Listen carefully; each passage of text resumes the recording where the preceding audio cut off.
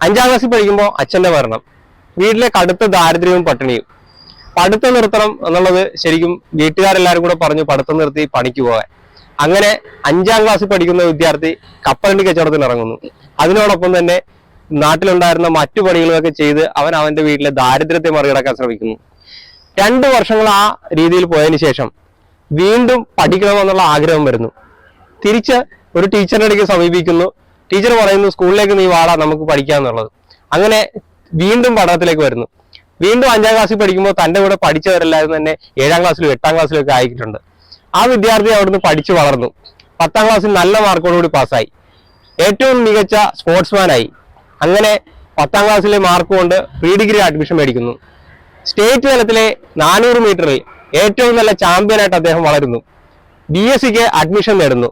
എന്നാൽ BSc 1.5 വർഷം കഴിഞ്ഞപ്പോൾ പോലീസിൽ ജോലി വരുന്നു.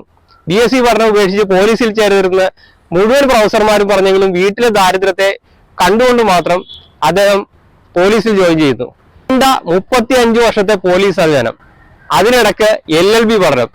പോലീസിൽ നിന്ന് റിട്ടയർ ചെയ്തപ്പോൾ വക്കീലായി. റിട്ടയർമെന്റ് ലൈഫിന് ശേഷം വക്കീലായിട്ട് സന്നദ്ധെടുക്കുന്നു. ഒപ്പം തന്നെ ഹ്യൂമൻ റൈറ്റ്സും സൈബർ ലോയും. ഇപ്പോ MBA ചെയ്തുകൊണ്ടിരിക്കുന്നു. ഇതെല്ലാം പറഞ്ഞത് ഒരു കർഷകനെ കുറിച്ചാണ്. അദ്ദേഹം ഇതെല്ലാം ചെയ്യുമ്പോൾ തന്റെ മനസ്സിലെ ഏറ്റവും വലിയ പാഷനായിട്ടുള്ള കൃഷി കൂടെ കൊണ്ടു നടക്കാനായിട്ട് ശ്രമിച്ചു. ആ വ്യക്തിയെയാണ് നമ്മൾ ഇന്ന് പരിചയപ്പെടുന്നത്. മറ്റാരുമല്ല, ചേർത്തലയുടെ പ്രിയപ്പെട്ട അഡ്വക്കേറ്റ് ചന്ദ്രൻ സാറിനെ. നമുക്ക് സാറിന്റെ കൂട്ടത്തിൽ സാറിന്റെ കൃഷികളെയൊക്കെ ഒന്ന് പരിചയപ്പെടാം. സാറേ നമസ്കാരം. നമസ്കാരം. ഇതെന്താണ് സാധനം? ഇത് വീട്ടിൽ ഉപയോഗിക്കുന്ന കഞ്ഞിവെള്ളം. കഞ്ഞിവെള്ളം നമ്മൾ ഒരു ആഴ്ചയുടെ കഞ്ഞിവെള്ളം സംഭരിക്കും. വീട്ടിലെ പച്ചക്കറി വേസ്റ്റും പഴവർഗത്തെ വേസ്റ്റും എല്ലാം ഇട്ട് അത് പുളിപ്പിച്ച് ഇപ്പൊ 10-15 ദിവസം ഏതാണ് അത് നമ്മൾ ഡൈലൂട്ട് ചെയ്ത് കോവലിനും ഒക്കെ തടക്കിടാൻ വേണ്ടിയിട്ടാണ്. നല്ല വളമാണ്. Okay okay okay. സാറിന് ഇവിടെ എത്ര സെന്റാണ് കൃഷി ചെയ്യണത്? ഇത് 15 സെന്റ് ഉണ്ട്. എനിക്ക് എന്റെ പ്രൊഫഷനിൽ 10,000 കൈ കിട്ടുന്നതിനേക്കാൾ ഏറ്റവും ഇമ്പോർട്ടന്റ് 100 രൂപ ഞാൻ കൃഷി ചെയ്തുണ്ടാക്കുന്ന ഉൽപ്പന്നം ജനങ്ങൾക്ക് കൊടുത്തു വിടുന്നതാണ് എനിക്ക് പ്രാധാന്യം കിട്ടുന്നത്. പ്രധാനപ്പെട്ട കൃഷി കോവലാണ്. സാർ ഈ കൃഷിയിലേക്ക് എത്തിയത് എങ്ങനെയാണെന്ന് പറയാമോ?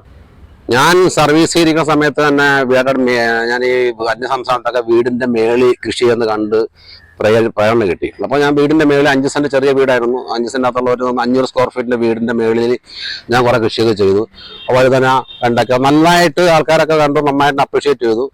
അത് കഴിഞ്ഞപ്പോൾ പിന്നെ കൃഷിയോട് എനിക്ക് വലിയ താല്പര്യം. എവിടെ ചെന്നാലും കൃഷി ചെയ്യണം നോക്കണേ. എനിക്ക് കൃഷിയോട് വലിയ താല്പര്യം തോന്നി. അങ്ങനെ കൃഷി ചെയ്യാൻ താല്പര്യം. അങ്ങനെ ഈ സ്ഥലം ഇത് ഒത്തിരി കാശ് മുടക്കി 10-15 ലക്ഷം രൂപ മുടക്കി നികത്തി ഇവിടെ കൃഷി ഇടിക്കുകയാണ്. ആദ്യം വഴുതന, വച്ചങ്ങ, അടച്ചിങ്ങ, പീച്ചിങ്ങ, പടവളം, പാവയ്ക്കൊക്കെ ആയിരുന്നു. അത് മൂഞ്ഞയുടെ ശല്യമൊക്കെ ഉള്ള കാരണം മാറ്റിപ്പോൾ കോവൽ മാത്രമായി വലിയ പന്തലിട്ടിരിക്കുകയാണ്. കോവൽ നല്ല വിളവ് കിട്ടുന്നുണ്ട്. സാറിന് ഇവിടുന്ന് ഇപ്പൊ അപ്രോക്സിമേറ്റ്ലി എത്ര കിലോ വിളവ് കിട്ടുന്നുണ്ട്? ആവറേജ് 20-30 ഒന്നര കിട്ടുന്നുണ്ട് കോവൽ നമുക്ക്. ഇതൊരു വെറൈറ്റി കോവലാണ്. കാരണം ഒരു നല്ല വലിപ്പമുള്ള കോവല. സാറിന് ഇത് എവിടെ നിന്നാണ് സാധനം കിട്ടിയത്?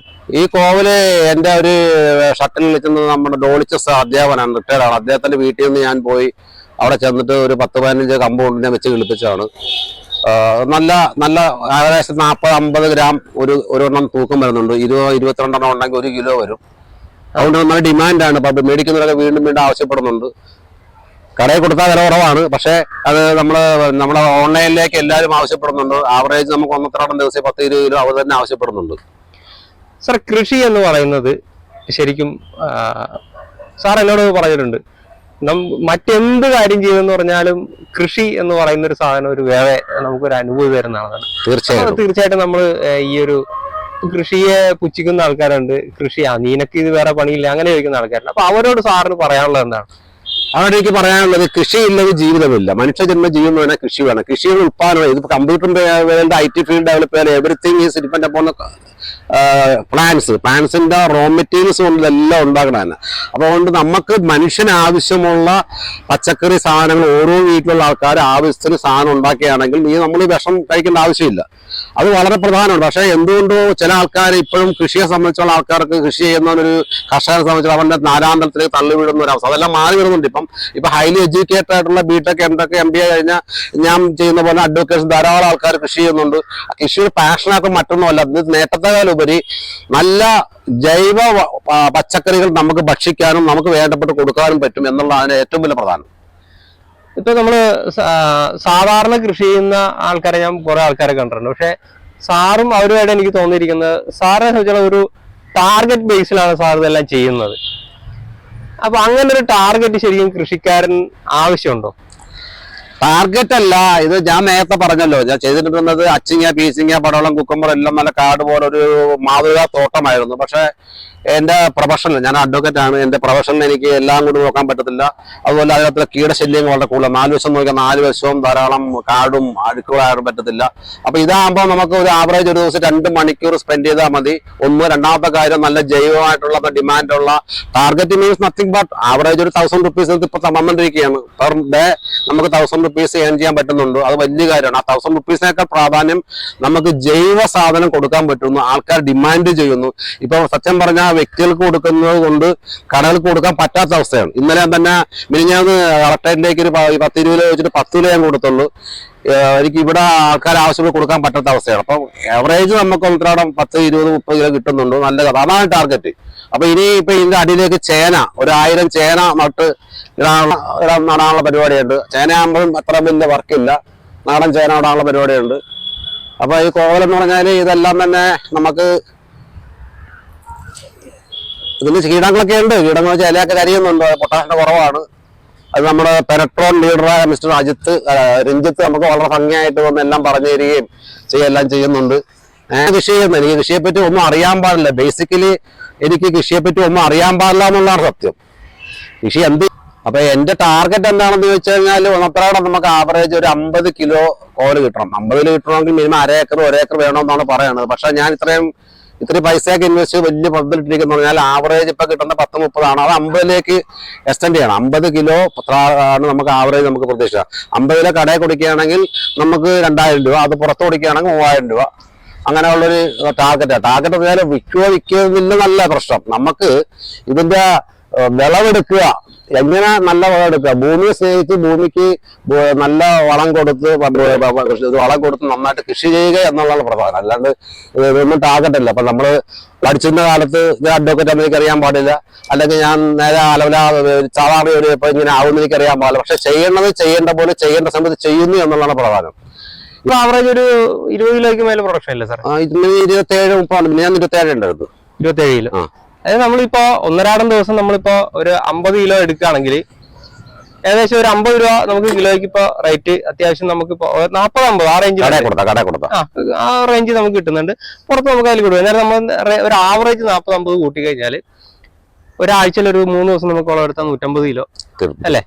അപ്പൊ 150 കിലോ ആണെങ്കിൽ പോലും നമുക്ക് ഒരു ദിവസം ഏതാണ്ട് ഒരു 2500-3000 രൂപ വരും. 3000 രൂപ വരുമാനം കിട്ടും. അതായത് മറ്റേത് ജോലി ഈ വരയ്ക്കുന്ന അന്ന് 2500, ഇന്നലെ മിനിഞ്ഞാന്ന് കൊടുത്തപ്പോ എനിക്ക് 2700 കണ്ടായിരുന്നു.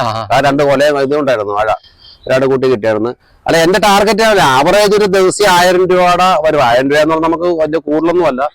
ആവറേജ് 1000 രൂപ പെർ ഡേ ഉണ്ടാക്കുക എന്നുള്ളതാണ് നമ്മളെ അതിനുള്ള വിളവുണ്ടാക്കുക. 1000 രൂപ ഉണ്ടാക്കുക. 1000 രൂപ ഉണ്ടാക്കാൻ വേറെ ഇഷ്ടംപോലെ പ്രൊഫഷണലിലേക്ക് എനിക്ക് എന്റെ പ്രൊഫഷണലിൽ 10000 കൈ കിട്ടുന്നതിനേക്കാൾ ഏറ്റവും ഇമ്പോർട്ടന്റ് 100 രൂപ ഞാൻ കൃഷി ചെയ്തുണ്ടാക്കുന്ന ഉൽപ്പന്നം ജനങ്ങൾക്ക് കൊടുത്തു വിടുന്നതാണ് എനിക്ക് പ്രാധാന്യം കിട്ടുന്നത്. ഈ ചുവടെന്ന് പറഞ്ഞാൽ ഈ കാണുന്ന ഒരു 10-11 ചുവടെന്ന് പറഞ്ഞാൽ ഒരു 1.5 വർഷം പഴക്കമുള്ള ചുവടായിരുന്നു. കഴിഞ്ഞ 2 മാസം ഞാൻ പ്രൂൺ ചെയ്ത മേളെല്ലാം കട്ടി കളഞ്ഞിട്ട് പുതിയ പൈപ്പൊക്കെ ഇട്ടിട്ട് പുതിയ നെറ്റ് ഇട്ട് നിർത്തി. ഈ ഒരു ഒറ്റ ചവിട്ടിൽ തന്നെ മിനിഞ്ഞാന്ന് ഏകദേശം 2.5-3 കിലോയോളം കോല കിട്ടിയത് എന്ന് പറഞ്ഞാൽ ഈ ഒറ്റ ചവിട്ടിൽ നമുക്ക് കിട്ടുന്നത് 5-10 കിലോ കിട്ടാൻ സാധ്യതയുണ്ട്. സ്പ്രെഡ് ചെയ്തില്ല, മെന്നൊക്കെ കാണാൻ പറ്റും. ഇത് സ്പ്രെഡ് ചെയ്ത് വരുമ്പോൾ ഏകദേശം 2 മാസം പിടിക്കും. ഇതിപ്പോ 1 മാസം ആയുള്ളൂ. 1 മാസം കൊണ്ട് ഇത്ര ഒരു 2 മാസം ആകുമ്പോൾ കംപ്ലീറ്റ് നിറഞ്ഞ് കിടക്കും. അപ്പൊ അതിന്റെ ഇലയുടെ മേളിൽ കൃഷ്ണൻ അനന്തശയിൽ കിടക്കുന്ന പോലെ ഇടയുടെ മേളിൽ ഇങ്ങനെ കിടക്കും. നമുക്ക് കോൾ പറിക്കാൻ പറ്റാത്ത അവസ്ഥയും വരും. അങ്ങനെ വരും. എങ്കിൽ തന്നെയും നിറഞ്ഞു വരും. അപ്പൊ ഈ ഒരു 11 ചൂടെന്ന് പറഞ്ഞാൽ നേരത്തെ എനിക്ക് 11 ചൂട്ടിരുന്ന ഒരു വർഷക്കാലം ആവറേജ് ഒരു 15-25 കിലോ വരെ ഡെയിലി കിട്ടിക്കൊണ്ടെന്നാണ്. ഇത് കൂടാതെയാണ് അപ്പുറത്തേക്ക് എക്സ്റ്റെൻഡ് ചെയ്ത് ഒരു 32 മീറ്റർ വേറെ ഇട്ടിരിക്കുന്നത്. അപ്പൊ ഈ കോവൽ എന്ന് പറഞ്ഞാൽ പ്രത്യേക ടൈപ്പാണ്. അത് കാണാൻ പറ്റും. ഈ കോവൽ എന്ന് പറഞ്ഞാൽ ആവറേജ് 50 മുതൽ 60 ഗ്രാം വരെ ഒരെണ്ണം ഉണ്ടാവും. ഇതിപ്പോ സൈസ് കോവലാണ്. നാളെ പറിക്കാൻ പറ്റത്തുള്ളത്. അപ്പം ഒരെണ്ണം 20 എണ്ണം നമ്മൾ ഇതിയാണ് 1 കിലോ തൂക്കാൻ പറ്റും. നല്ല ടേസ്റ്റാണ്. ഇനി ഞാൻ പുറകെ പറയുന്നുണ്ട് കോവലിന്റെ ഔഷധ ഗുണങ്ങൾ. ഇൻസുലിന്റെ ഒരു കലവറയാണ് കോവല്. പക്ഷെ നിർഭാഗ്യവശം നമുക്ക് കിട്ടുന്നതെല്ലാം തന്നെ വിഷമടിച്ച് അന്യ സംസ്ഥാനത്ത് നിന്ന് വിഷമടിച്ച് മാസം ജനങ്ങൾ അത് വില കുറവാണ് 30 രൂപയോളം 40 രൂപയോളം മേടിച്ച് കഴിക്കുന്നുണ്ട്. പക്ഷേ നമ്മൾ കഴിക്കുന്ന ഭക്ഷണത്തിന്റെ ഏറ്റവും ഔഷധം കൂടെ എന്താണെന്ന് വെച്ചാൽ ഇതിന്റെ പുറമേയുള്ള ഫൈറ്റോ ഫാക്ടേഴ്സ്, അതായത് ഒരു പഴമായാലും ഒരു ആപ്പിൾ ആയാലും ഒരു മുന്തിരി ആയാലും എന്തായാലും ഈ കോവയ്ക്കയാണെങ്കിലും പച്ചക്കയാണെങ്കിലും അതിന് ഏറ്റവും ഗുണമുള്ള ഭാഗം എന്ന് പറഞ്ഞാൽ ഇതിന്റെ പുറമേ കാണുന്ന ഈ പച്ചപ്പ് അതുകൂടാതെ പൊട്ടിക്ക് പറഞ്ഞാൽ ഫൈറ്റോ ഫാക്ടേഴ്സ് ആണ്. നിർഭാഗ്യവശാൽ നമുക്ക് കിട്ടുന്ന ഒരു പച്ചക്കറിയുടെയും പുറമേയുള്ള സാധനം നമുക്ക് കഴിക്കാൻ പറ്റത്തില്ല. കാരണം അതെല്ലാം തന്നെ പിന്നെ വളരെയധികം വിഷാടിച്ചു. ഇത് ഞാൻ പറിച്ചാണ് കഴിക്കേണ്ട, യാതൊരുവിധ ഔഷധവും പിന്നെ വിഷമില്ലാതെ ഔഷധങ്ങൾ മാത്രമുള്ള കോവയ്ക്ക ഇത് ഇപ്പോഴും കിടുന്നാണ്. ഇനി ഒരു രണ്ട് ദിവസം കിടന്ന കുഴപ്പമില്ല.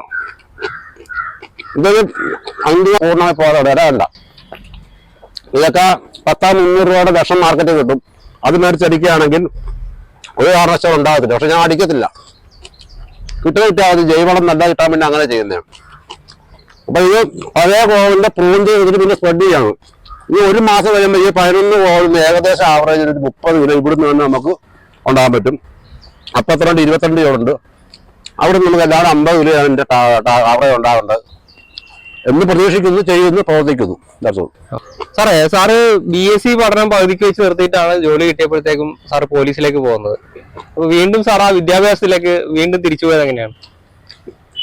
BSc ഊർജ്ജതന്ത്രമായിരുന്നു ഞാൻ കൂടെ പഠിച്ചത്. BSc ഫിസിക്സ് സെക്കൻഡറി പഠിക്കുകയായിരുന്നു. ഫസ്റ്റ് നല്ല മാർക്കുണ്ടായിരുന്നു. കോളേജ് ചാമ്പ്യൻ ആയിരുന്നു, സ്റ്റേറ്റ് അത്ലറ്റ് ആയിരുന്നു. പക്ഷെ നിർഭാഗ്യവശാൽ അന്ന് 200 രൂപ എന്റെ വീട്ടിൽ ഒരു മാസം കൊടുത്തു. 310 രൂപയാണ് ബേസിക്ക്. അപ്പൊ 200 രൂപ പെർ മന്ത് വീട്ടിൽ കൊടുത്തു. ഞാൻ 2 ലക്ഷം രൂപ മുടക്കുന്ന തുല്യമാകുന്ന അവസ്ഥ തന്നെ വീടും. എന്റെ സാറിന്മാരൊക്കെ വഴക്ക് പറഞ്ഞു. പ്രിൻസിപ്പൾ 1 മണിക്കൂർ ബ്രീഫ് ചെയ്ത് ഇപ്പൊ കിട്ടുന്ന അക്കാപ്പച്ചയുടെ പ്രോഗ്രാം ഈ 1 വർഷം പഠിക്കുക, ലയൺസ് ക്ലബ്, റോട്ടറി ക്ലബ് ഇതൊക്കെ എന്നെ സ്പോൺസർ ചെയ്യാന്ന് പറഞ്ഞു. അങ്ങനെ പറഞ്ഞെങ്കിലും പക്ഷേ അന്ന് ഞാൻ കണ്ടത് ഒരു പിയുന്, അവിടെ SM കൂടെയുള്ള പിയുന് MA കഴിഞ്ഞിട്ട് വല്ല ഉന്നതി കൊടുത്ത ഒരു പോസ്റ്റിൽ അവിടെ പിയും ജോലി ചെയ്യാൻ സംഘം. ആ പുള്ളി പറഞ്ഞു എന്താ ഞാൻ MA കഴിഞ്ഞു, എനിക്ക് ഇവിടെ ഉന്നതാരാണെന്ന് ഞാൻ പറയുന്നില്ല, ഉന്നത പറഞ്ഞുകൊണ്ട് എനിക്ക് പിയും പോസ്റ്റ് അതുകൊണ്ട് അന്നൊരു ജോലി ഗവൺമെന്റ് കിട്ടിയാൽ പോകാൻ പറഞ്ഞു. മനസ്സോടെ പോയി ജോലി കഴിഞ്ഞ് ട്രെയിനിങ് കഴിഞ്ഞ് പ്രൊബേഷൻ കഴിഞ്ഞ ഒപ്പം തന്നെ 97 ഞാൻ പ്രൈവറ്റായിട്ട് ഡിഗ്രിക്ക് അപ്ലൈ ചെയ്തു. പ്രൈവറ്റായിട്ട് പഠിച്ചു. ഇന്നത്തെ പോലെ ഒന്ന് വളരെ പാടാ പഠിക്കാനായിട്ട്. ഞാൻ പഠിച്ച കൊമേഴ്സാണ്. അങ്ങനെ ഡിഗ്രി കൊമേഴ്സ് കഴിഞ്ഞു. തന്നെ MCOM അതായത് PG ഇൻ കൊമേഴ്സ് ഞാൻ അപ്ലൈ ചെയ്തു. സെക്കൻഡ് എക്സാം വരുന്ന സമയത്ത് എനിക്ക് ഗവൺമെന്റ് ആക്കുള്ള യൂണിയൻ ബാച്ച് എറണാകുളത്തേക്ക് അഡ്മിഷൻ കിട്ടി. അത് പറയാതിരിക്കാൻ പറ്റത്തില്ല. പഠിക്കാനായിട്ട് വേണ്ടി സഹായിച്ച ആരാണ് NOC സ്റ്റേമെന്റ് IP ആലപ്പുഴ ജില്ലാ പോലീസ് സൂപ്രണ്ടായിരുന്നു. അദ്ദേഹം എനിക്ക് NOC തന്നു. കാര്യസേവ് സാർ എന്നെ അരിശേഷം ട്രാൻസ്ഫർ ചെയ്യുന്നു. അങ്ങനെ അത് പഠിച്ചു. അതിനുശേഷം LLB കഴിഞ്ഞു. നേരെ MA സോഷ്യോളജി രജിസ്റ്റർ ചെയ്തു. MA സോഷ്യോളജി രജിസ്റ്റർ ചെയ്തപ്പോൾ ഞാൻ പ്രൊമോഷനായി. പിന്നെ ഹ്യൂമൻ റൈറ്റ്സ് എഴുതി. Indian insurance human rights department promote അതെല്ലാം എഴുതി. നല്ല മാർക്ക് പാസ്സായിട്ടുണ്ട്. അതിനുശേഷം ഞാൻ വൈക്കം SI ആയിട്ടിരുന്നപ്പോൾ national university of advanced studies കാക്കനാടുന്ന് ഹോളിഡേയ്സിൽ അറ്റൻഡ് ചെയ്ത് LLBക്കാർ മാത്രമുള്ള സൈബർ ലോ ആ കോഴ്സ് കംപ്ലീറ്റ് ചെയ്തു. അങ്ങനെ ആണ് എന്റെ വിദ്യാർത്ഥി. അപ്പൊ ഞാൻ പറയാനുള്ള പഠിക്കാതെ യാതൊരു ബുദ്ധിയും വേണ്ട, കഴിവും വേണ്ട, മെനക്കെടുക, തിങ്ക് ബിഗ്, ഡ്രീം ബിഗ്, അത്ര എനിക്ക് പറയാനുള്ളൂ. വലുതായിട്ട് ആഗ്രഹിക്കുക, വലുതായിട്ട് ചിന്തിക്കുക, പ്രവർത്തിക്കുക. അൺകോംപ്രമൈസ് അൺകണ്ടീഷണൽ വർക്കായിരിക്കണം. ഒരു കണ്ടീഷൻ പാടില്ല. കൃഷിക്കാരും കൊള്ളാം, വീട്ടിലാരും കൊള്ളാം, എന്താണ് ഇന്നലെ ഈ കാണുന്ന പുല്ലുകൾ ഏകദേശം 5 സെന്റ് ഉച്ചക്ക് 12 മണിക്ക് നല്ല മഴയാണ്. തൊപ്പി വെച്ച് ഞാൻ കോടതിയിൽ നിന്ന് വന്ന് നേരെ തുക ഞാൻ എടുത്ത് എന്റെ മഴ തീമഴ പെയ്താലും ഞാൻ ഈ പുല്ലിന്ന് കൊത്തും എന്ന് മനസ്സിൽ കൊത്തി. അതായിരിക്കും കൃഷി കർഷകർക്ക്. അതായത് ഭൂമിയിൽ യാതൊരു റെസ്റ്റും ഇല്ലാത്ത 3 വർഗമേ ഉള്ളൂ. ഒന്ന് പട്ടാളക്കാർക്ക് യാതൊരു റെസ്റ്റും ഇല്ല. 24 hours കാട്ടിലും അവരുടെ കഷ്ടപ്പാട് ചിന്തിക്കാൻ പറ്റില്ല. സെക്കൻഡ് ആരാഴ്ച കേരള പോലീസ് ഒരു ഗവൺമെന്റ് എംപ്ലോയിക്കും ഇല്ലാത്ത പോലെ രാത്രി എന്നോ പകലെന്നോ ഊണെന്നോ ഉറക്കമെന്നോ ഉത്സവമെന്നോ ഓണമെന്നോ ഇല്ലാതെ രാവും പകലും അവര് വർക്ക് ചെയ്യണം, ജനങ്ങൾക്ക് വേണ്ടി വർക്ക് ചെയ്യണം. അതിനകത്ത് കുറെ തെറ്റിലൊക്കെ ഉണ്ടാകാം. തേടുന്നത് കർഷകർക്ക് മഴയില്ല, കർഷകന് വെയിലില്ല, കർഷകന് ഇടിവെട്ടില്ല, കർഷകൻ എപ്പോഴും വർക്ക് ചെയ്യണം. 24 മണിക്കൂറിൽ ഏകദേശം 8 മണിക്കൂർ കൃത്യമായിട്ട് കർഷകൻ വർക്ക് ചെയ്യും. അപ്പൊ ഈ 3 വർഗമാണ് ഭൂമിയിൽ എന്റെ അഭിപ്രായത്തിൽ പറയുന്നത് യാതൊരു കോംപ്രമൈസും അൺകണ്ടീഷണൽ വർക്ക് ചെയ്യുന്നത്. ഒരു 6 മാസം കഴിഞ്ഞ് പ്രൂൺ ചെയ്യുമ്പോൾ നമുക്കൊരു 10-100 പേർക്ക് കമ്പ് കൊടുക്കാൻ കുഴപ്പമൊന്നുമില്ല. കാരണം പ്രൂൺ ചെയ്ത് കളഞ്ഞെങ്കിൽ മാത്രം അടുത്ത ഇത് പ്രൂൺ ചെയ്ത് നിർത്തിയാണ് കാട് കയറി വരുന്നുണ്ട്. അതുപോലെ വരണമെന്നുണ്ട് അതെല്ലാം പ്രൂൺ ചെയ്യണം. അപ്പൊ നമ്മൾ രഞ്ജിത്ത് ബന്ധപ്പെട്ട അത് രഞ്ജിത്ത് ഏൽപ്പിച്ചോളാം നമുക്ക് ആവശ്യപ്പെട്ടോ. ഇത് നല്ല ഇനം കോവല്. അതായത് നിങ്ങൾക്ക് എല്ലാവർക്കും ഈ വീഡിയോ ഇഷ്ടപ്പെട്ടു കാണുമെന്ന് വിചാരിക്കുന്നു. ചന്ദ്രൻ സാറിനെ പോലെ കഠിനാധ്വാനം ചെയ്യുന്ന ആൾക്കാർക്കാണ് കൃഷിയിൽ വിജയിക്കാൻ പറ്റുന്നത്. കൃഷിയിൽ മാത്രമല്ല ജീവിതത്തിലും വിജയിക്കാൻ പറ്റുള്ളൂ. അപ്പൊ അടുത്ത ഒരു വീഡിയോ ആയിട്ട് കാണുന്നവരെ ഗുഡ് ബൈ.